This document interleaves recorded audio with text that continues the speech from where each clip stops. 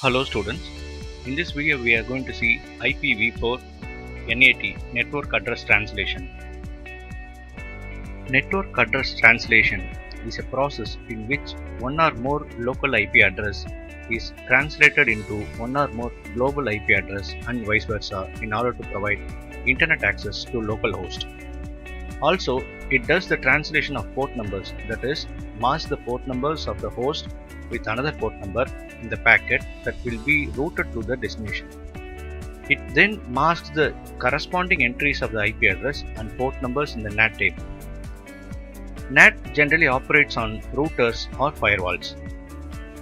An example of network address translation NAT is shown in this picture, where ISPs are categorized into various groups like group 1, group 2, group 3, etc. Each and every group is subcategorized or subclassified into various IP addresses for various customers. The simplest type of NAT provides a one-to-one translation of IP addresses. It works with the help of RFC 2663, which refers to this type of NAT as basic NAT. It is also called as one-to-one NAT. In this type of NAT, only the IP addresses like IP header checksum and any higher level checksums that include an IP address are changed. Basic NAT can be used to interconnect two IP networks that have incompatible addressing.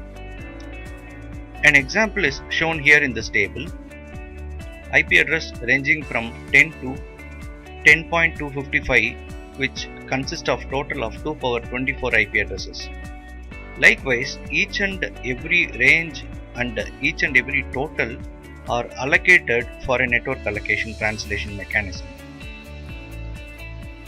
NAT can be implemented in 4 ways. First way is by establishing two-way communication.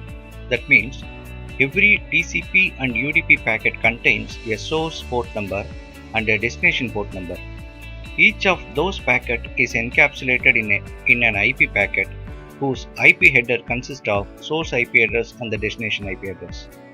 Second model of implementation of NAT is by telephone number extension analogy, where a NAT device, which is very similar to a phone system at an office that has one public telephone number and has multiple extensions.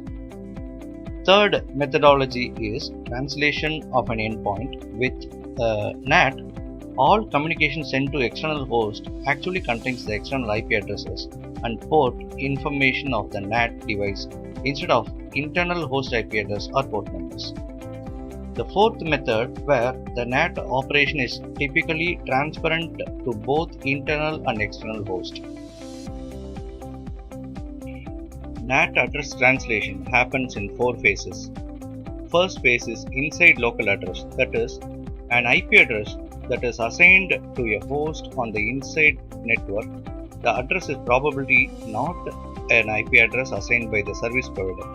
That is, there are private IP addresses. This is inside host seen from the inside network.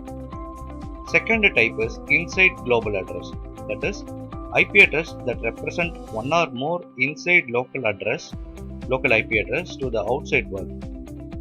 This is the inside host as seen from the outside network. Third method is outside local address.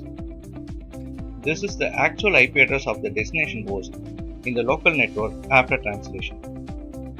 Fourth method is outside global address, where this is the outside host as seen from the outside network.